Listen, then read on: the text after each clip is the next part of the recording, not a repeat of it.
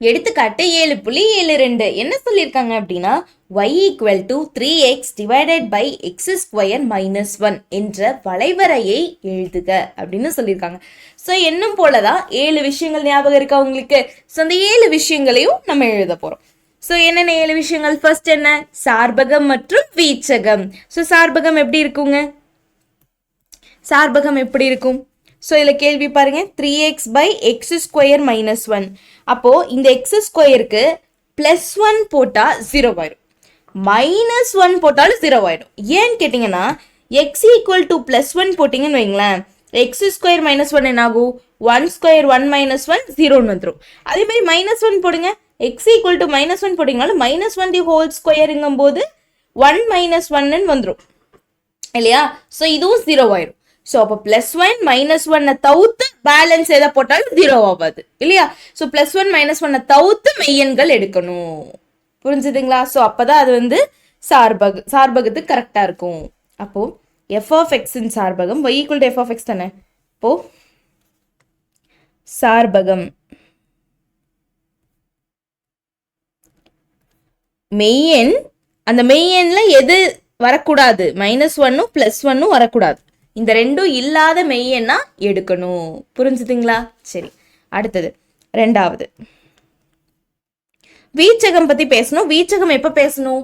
வரைபடம் போட்டு வீச்சகம் பத்தி பேசிக்கலாம். சரி, அடுத்தது சமச்சீரா அப்படிங்கறத சொல்லணும். அதுக்கு முன்னாடி ரெண்டாவது என்ன சொல்லுவோம்?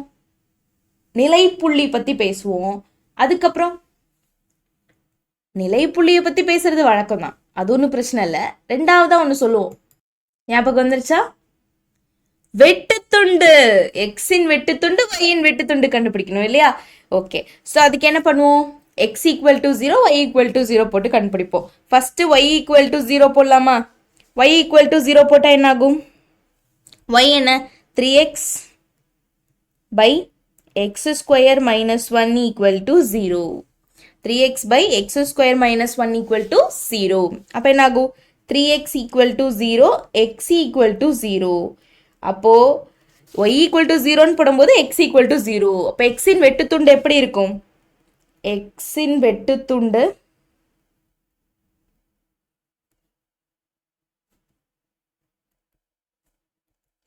ஜீரோ கமா 0 ஆகும். ஓகேவா? சரி, இப்போ எக்ஸ் ஈக்குவல் டு 0ன்னு போடலாம். இப்போ எக்ஸ் ஈக்குவல் டு 0ன்னு போட்டோம்னா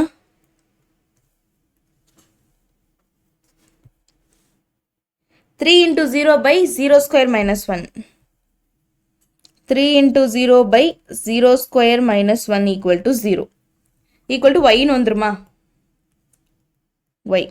So அப்போ y equal to 0 by 0 square minus 1 minus 1. இப்போ 0 by minus 1 0. So y equal to 0. அப்போ x equal to 0 போட்டால் y 0 கிடைக்குது. அப்போ y in வெட்டுத்துண்டு 0,0. y in வெட்டுத்துண்டு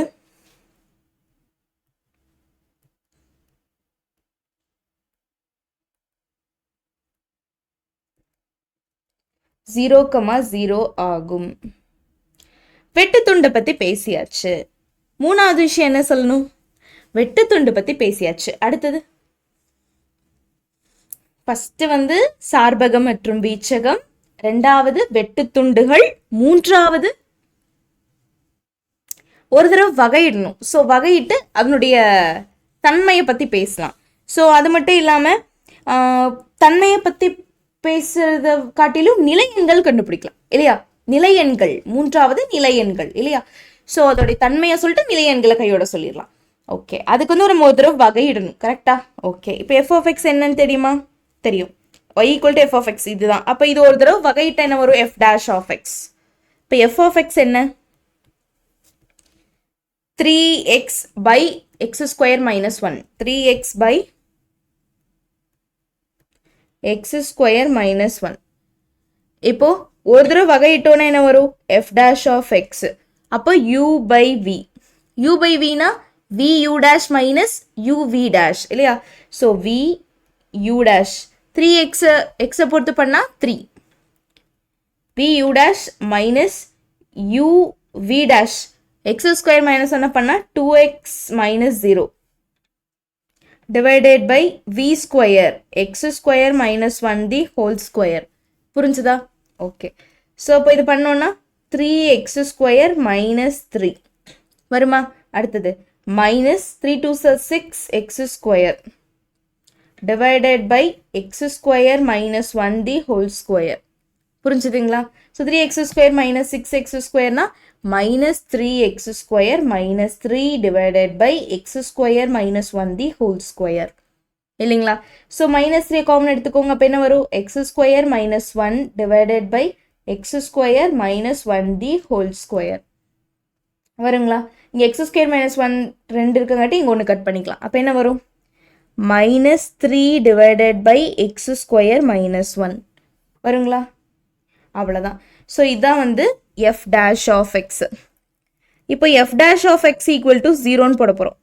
f dash of x equal to 0ன்னு போட்டால் என்ன வரும்? f dash of x equal to 0ன்னு போடுறோம். அப்போ என்ன வரும்? minus 3 divided by x square minus 1 equal to 0. அப்போ f dash of x இங்கே 0 ஆகாது. அப்படின்னா என்ன அர்த்தம்? x equal to plus 1 minus 1 போட்டால் 0 ஆகாது. ஸோ அப்போ x equal to minus 1 plus 1 will f dash of x காணத்தக்கது, கண்டுபிடிக்க முடியாது. f dash of x xக்கு minus 1 plus 1ங்கும் போது கண்டுபிடிக்க முடியாது. ஏன்னா இங்கே plus 1 போட்டிங்கன்னா 0 ஆகிடும், minus 1 போட்டிங்கனாலும் 0 ஆகிடும். ஏன்னா minus 1 ஸ்கொயர் பண்ணும்போது plus 1 ஆகிடும், 0 ஆகிடும். சரிங்களா? ஸோ இப்போ x equal to minus 1 plus 1 will f dash of x காணத்தக்கது. புரிஞ்சுதுங்களா? ஸோ இப்போ இதை மென்ஷன் பண்ணியாச்சு. இப்போ x equal to minus 1 plus 1ல அப்போ நிலை எண்கள் என்னவா இருக்கும்? x equal to plus 1, minus 1. நிலை எண்கள் x equal to minus 1, plus 1. புரிஞ்சுதா? அவ்வளோதான். ஸோ இப்போ இடைவெளி கண்டுபிடிச்சிடலாமா? ஸோ இப்போ எப்படி இருக்கும் இடைவெளி? ஃபஸ்ட்டு இப்படி இருக்கும் நம்பர் லைனு. ஸோ இதுக்கு இடைவெளி சொல்லணும், அதுக்கப்புறம் குழிவு சொல்லணும். ஸோ ஃபஸ்ட்டு நம்ம ஒரு தன்மை சொல்லிடலாம் எப்படி இருக்குன்னு சொல்லிட்டு. ஸோ தன்மை சொல்கிறதுக்கு மைனஸ் இன்ஃபினிட்டி இப்படி இருக்கும், ப்ளஸ் இன்ஃபினிட்டி இப்படி இருக்குமா? என்னம்மா? ஸோ அப்போ மைனஸ் இன்ஃபினிட்டி ப்ளஸ் இன்ஃபினிட்டி எடுத்தாச்சு. இப்போ நடுவில் இந்த மைனஸ் 1 ப்ளஸ் 1 இருக்கும் இல்லையா? ஸோ அப்போ மைனஸ் 1 இங்கே இருக்கிறதா வச்சுக்கலாம், ப்ளஸ் 1 இங்கே இருக்கிறதா வச்சுக்கலாம். இப்போ எப்படி எடுத்துக்கலாம்? ஃபர்ஸ்ட்டு இடைவெளி f dash of x ஓரியல்புத்தன்மை, ஓரியல்புத்தன்மை.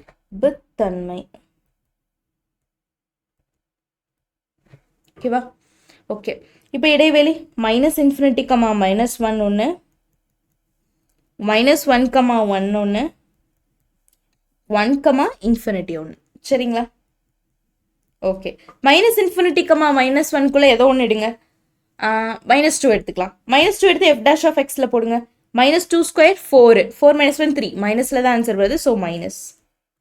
அடுத்தது minus 1லேருந்து ப்ளஸ் 1குள்ளேனா 0 எடுத்துக்கலாம். இங்கே 0 போடும்போது 0 ஸ்கொயர் minus 1 minus 1 ஆகிடும். 0 ஸ்கொயர் minus 1 minus 1 ஆகிடும். ஸோ இப்போ minus 3 by minus 1 ரெண்டு இருக்கும் இல்லையா? ஸோ இப்போ minus 1, 1க்கு நடுவில் போடும்போது நமக்கு அதுதான் கிடைக்கிது.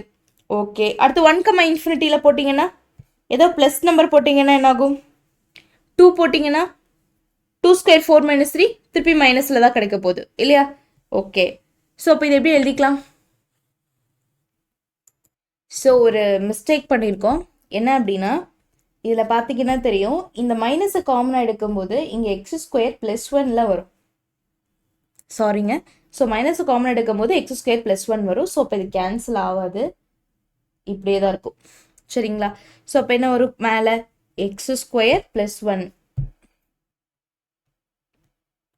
இங்கே ஹோல் ஸ்கொயர். அப்போ இங்கே எக்ஸ் ஸ்கொயர் ப்ளஸ் 1 இந்த ஹோல் ஸ்கொயர்னு வரும். இப்போ இந்த எக்ஸ் ஸ்கொயருக்கு ப்ளஸ் 1 minus 1 எது போட்டாலும் நம்மளுக்கு f dash of x கண்டுபிடிக்க முடியாது. ஸோ அதான் சொல்லியிருக்காங்க நிலையன்கள், அதே கான்செப்ட் தான். ஸோ இப்போ பார்க்கும்போது 0 போட்டு பாருங்க. 0 போட்டிங்கன்னா minus 3 மேலே இருக்கும், கீழே 0 ஸ்கொயர் minus 1 இதாக இருக்கும். ஸோ அப்போ உங்களுக்கு என்ன கிடைக்கும்? மைனஸ். அடுத்தது 1, இன்ஃபினிட்டியில் போட்டிங்கன்னா 2 போடுங்க. ஸோ 2 போட்டிங்கன்னா 2 ஸ்கொயர் 4ன்னு வந்துடும். 4 + 1 5, 5 into minus 3 minus 15 divided by இங்கே மைனஸில் தான் ஆன்சர் வரும். எப்படி போட்டாலும் மைனஸில் தான் ஆன்சர் வரும். ஸோ இப்போது இங்கே ஓரியல்பு தன்மையில் போடும்போது உங்களுக்கு என்ன கிடைக்கும்? ஏன்னா இங்கே ஹோல் ஸ்கொயர் இருக்குது. இங்கே பார்த்தீங்கன்னா இப்போ 0 போடுறேன்னு வைங்களேன், இந்த செகண்டில் 0 போடுறேன்னு வைங்களேன், 0 ஸ்கொயர் -1 -1. இப்போ -1 ஹோல் ஸ்கொயர் +1 மாறிடும். இப்போ மேலே இருக்க -3 -a தான் வந்துட்டுருக்கோம். ஸோ இப்போ ஓரியல்பு தன்மை பார்த்தீங்கன்னா எப்படி இருக்கும்? மைனஸ்னா திட்டமாக இறங்கும். மைனஸ்னா திட்டமாக இறங்கும்.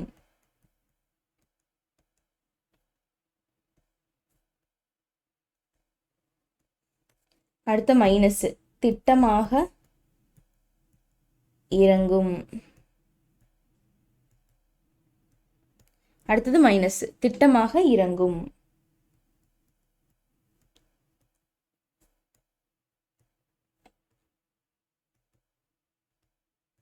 சரிங்களா? புரிஞ்சுதுங்களா? ஓகே. ஸோ அப்போ இது மைனஸ், இது மைனஸ், இது மைனஸ். ஸோ அப்போ இதுலேருந்து நம்ம என்ன சொல்லலாம்? ஒரே மாதிரி இறங்குது, எந்த மாற்றமுமே இல்லை குறியீட்டில் அப்படின்னா அந்த இடத்துல அறுதி புள்ளிகள் கிடையாது. ஸோ அப்போ அதை மென்ஷன் பண்ணிக்கலாம்.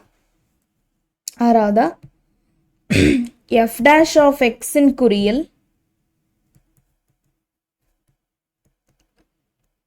மாற்றம் இல்லை.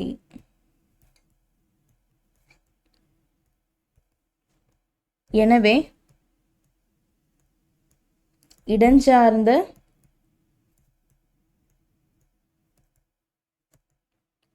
அறுதிகள் இல்லை. இடஞ்சார்ந்த அறுதிகள் இல்லை. அடுத்தது 7வது f double dash of x கண்டுபிடிக்கலாமா? சரி, கண்டுபிடிச்சு அதில் குழிவுத்தன்மை இருக்கா இல்லையான்னு பார்க்கலாம் இல்லையா? மேல் நோக்கி குழிவா, கீழ் நோக்கி குழிவா, குழிவுத்தன்மை இல்லையா அப்படிங்கிறத கண்டுபிடிக்கிறதுக்கு நம்ம எஃப் டபுள் டேஷ் கண்டுபிடிக்கணும். ஸோ எஃப் டேஷ் இங்கே இருக்கு. ஸோ இதில் எஃப் டபுள் டேஷ் கண்டுபிடிக்க போகிறோம். எஃப் டபுள் டேஷ்னா திருப்பி u/v மெத்தடு. ஸோ இப்போ f double dash of x vu dash இல்லையா? ஸோ இப்போ vu டேஷ்னா x² - 1 the whole square vu dash. மேலே இருக்கிறது வகையிட்டோன்னா -3 அப்படியே வரும், 2x + 0. -3 2x + 0. அடுத்தது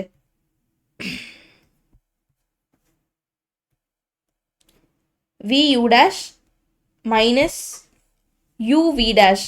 -3 அப்படியே வந்துடும், -3 x² + 1 அப்படியே வந்துடும். v டேஷ் v டேஷ் பண்ணும்போது 2 × x² - 1 உள்ள இருக்க தனியாக பண்ணால் 2x - 0 டிவைடட் பை v². v²னா x² - 1 ஹோல் ஸ்கொயர். இங்கேயே ஹோல் ஸ்கொயர் இருக்கு, அப்போ ஹோல் பவர் 4 ஆயிருமா? ஓகே. இப்போ என்ன வரும்? மேலே x² - 1 இதுலேயும் இருக்கு, இதுலேயும் இருக்கு இல்லையா? ஸோ அப்போ x² - 1 காமனாக எடுத்துக்கலாம்.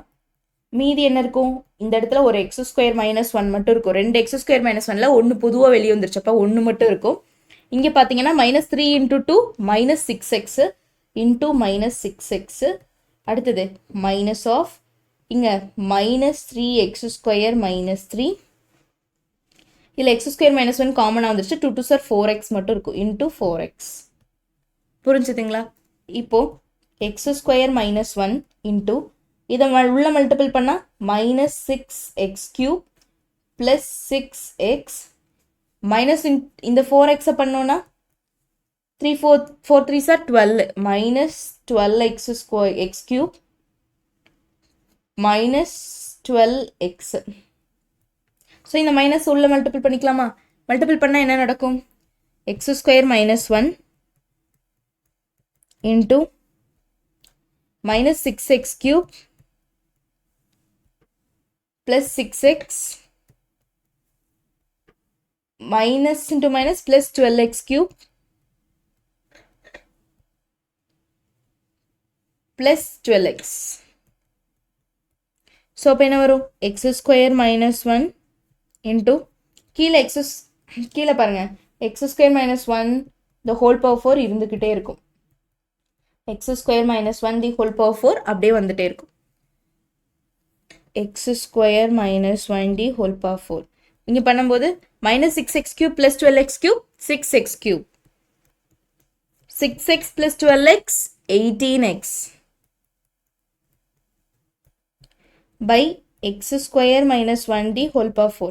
ஸோ இது ஒரு தடவை இது 3 தடவை ஆகிடும் இல்லையா, ஒன்று போயிடுச்சுன்னா. அப்போ என்ன இருக்கும், 6x cube plus 18x divided by x square minus 1d whole cube. மேலே 6x காமனாக எடுக்கணும். அப்போ என்ன வரும், x square plus 6 3s are 18, x காமனாக வந்துருச்சு, x square minus 1d whole cube. அப்போ f double dash of x என்னங்க, 6x into x square plus 3 divided by x square minus 1d whole cube. இதில் குழிவுத்தன்மை எப்படி இருக்கும், இது ப்ளஸில் தான் இருக்குது. ஸோ அப்போ குழிவுத்தன்மை எப்படி இருக்கும், ஸோ அதுக்கு வந்து f double dash of x equal to 0 போடணும், அப்போ தான் கண்டுபிடிக்க முடியும். f double dash of x equal to 0 போடுங்க.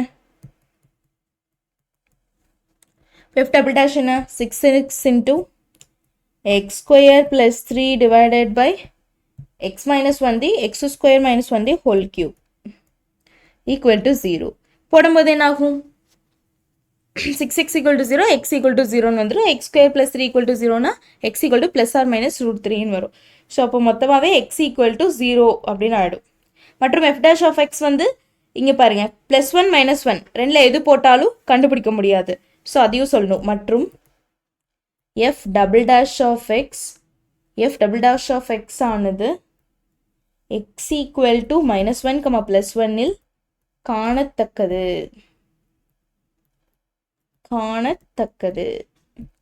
புரிஞ்சுதுங்களா? ஸோ x equal to 0 வந்துடும். அதே மாதிரி xக்கு +1 -1 எது போட்டாலும் கண்டுபிடிக்க முடியாது, அதையும் சொல்லிடணும்.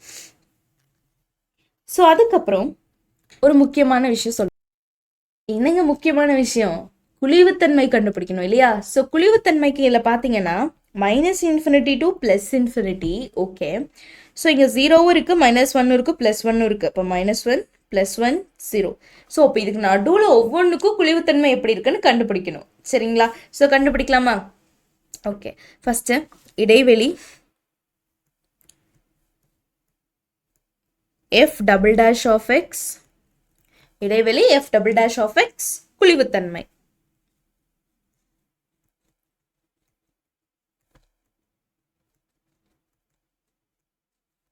சரிங்களா? ஓகே, இடைவெளி -∞, -1 ஃபர்ஸ்ட். அடுத்தது அடுத்த இடைவெளி -1, 0. அடுத்த இடைவெளி 0, 1. அடுத்த இடைவெளி 1, ∞. சரிங்களா? ஓகே, இப்போ f double dash of x எப்படி இருக்கும்? ஸோ -∞, -1குள்ளே ஒரு -2 எடுத்துக்கலாம். ஸோ -2 எடுத்து போட்டு பாருங்கள். இதில் f double dashல -2 போட்டிங்கன்னா -12, -2 இங்கே ப்ளஸ் ஆயிரும், -2 இங்கே ப்ளஸ் ஆயிரும், மைனஸில் தான் ஆன்சர் வரும். So minus. அடுத்தது -1க்கும் 0க்கும் நடுவில் -0.5 போடலாம். -0.5 போட்டிங்கன்னா என்ன ஆகும், இங்கே -0.5 வரும், இங்கே ப்ளஸ் ஆகிடும், இங்கே திருப்பி இது ஸ்கொயர் ஆகி -0.5 ஸ்கொயர் ஆச்சுன்னா 0.25, 1லேருந்து மைனஸ் பண்ணால் திருப்பி மைனஸ் வரும், மேலே ஒரு மைனஸ் கீழே ஒரு மைனஸ் இருக்குது, ப்ளஸ் ஆகிடும். So plus. அடுத்தது 0லேருந்து 1னா 0.5 +0.5 எடுத்துக்கலாம். +0.5 எடுத்து ஸ்கொயர் பண்ணிங்கன்னா 0.25, -1னா -0.75, அதை ஹோல் க்யூப் பண்ணும்போது மைனஸில் தான் ஆன்சர் வரும். மேலே பார்த்தீங்கன்னா +0.75, மேலே ஃபுல்லாக ப்ளஸில் தான் ஆன்சர் வரும். Plus by minus minus. அடுத்தது 1லேருந்து ∞குள்ளே 2ன்னு எடுத்துக்கலாம். ஸோ 2 எடுத்திங்கன்னா எல்லாமே ப்ளஸில் தான் வரும். ஸோ பிரச்சனை இல்லை, ப்ளஸ். ஸோ அப்போது இது எப்படி இருக்கும், மைனஸ்னா கீழ் நோக்கி குழிவு, ப்ளஸ்னா மேல் நோக்கி குழிவு. ஸோ அப்போ ஃபஸ்ட்டுக்கு கீழ் நோக்கி குழிவு, கீழ் நோக்கி குழிவு. ப்ளஸ்னா மேல் நோக்கி குழிவு, மேல் நோக்கி குழிவு. மைனஸ்னா கீழ் நோக்கி குழிவு.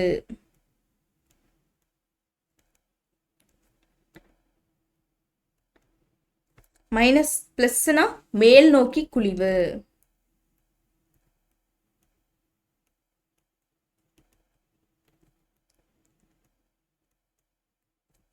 புரிஞ்சுதுங்களா? ஸோ இதெல்லாமே எடுத்தாச்சு. இப்போ குழிவுத்தன்மை பத்தி பேசியாச்சு. அடுத்தது வளைவு புள்ளிகள், அதை பத்தி பேசணும். ஓகே, வளைவு மாற்ற புள்ளிகள்.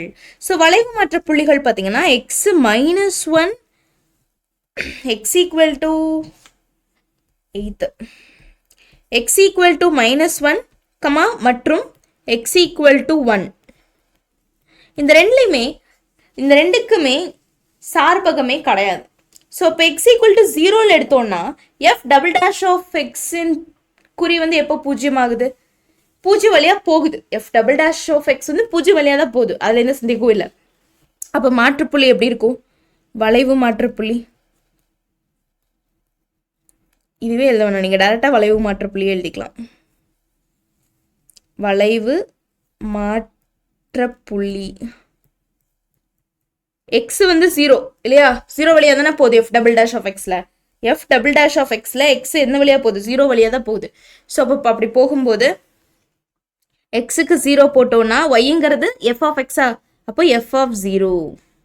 அப்போ கேள்வியில் எக்ஸுக்கு பதிலாக 0 போட்டோன்னா 0, எஃப் ஆஃப் 0 போட்டோன்னா என்ன ஆகும்? எக்ஸுக்கு பதிலாக கேள்வியில் 0 போடுங்க, கேள்வியில் போடணும்.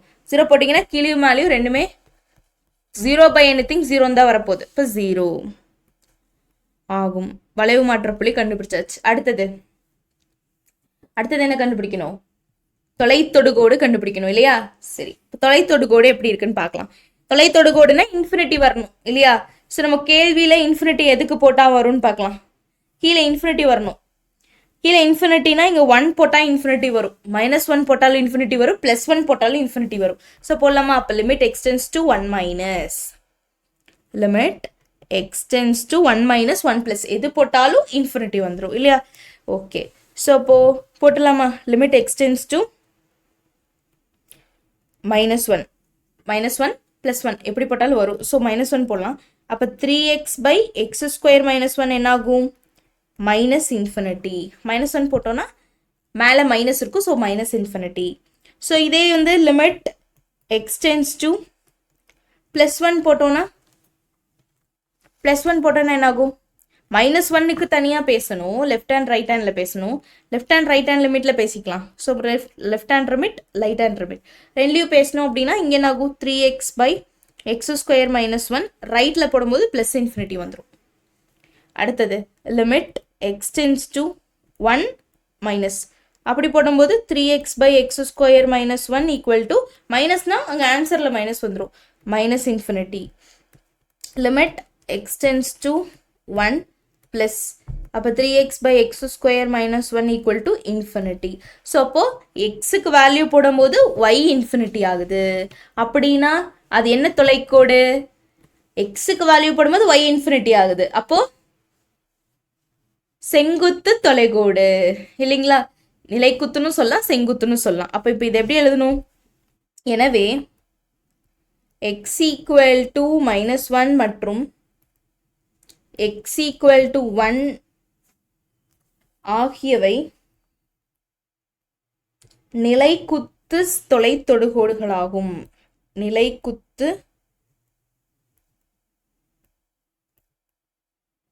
தொலைத்தொடுகோடுகள் ஆகும்.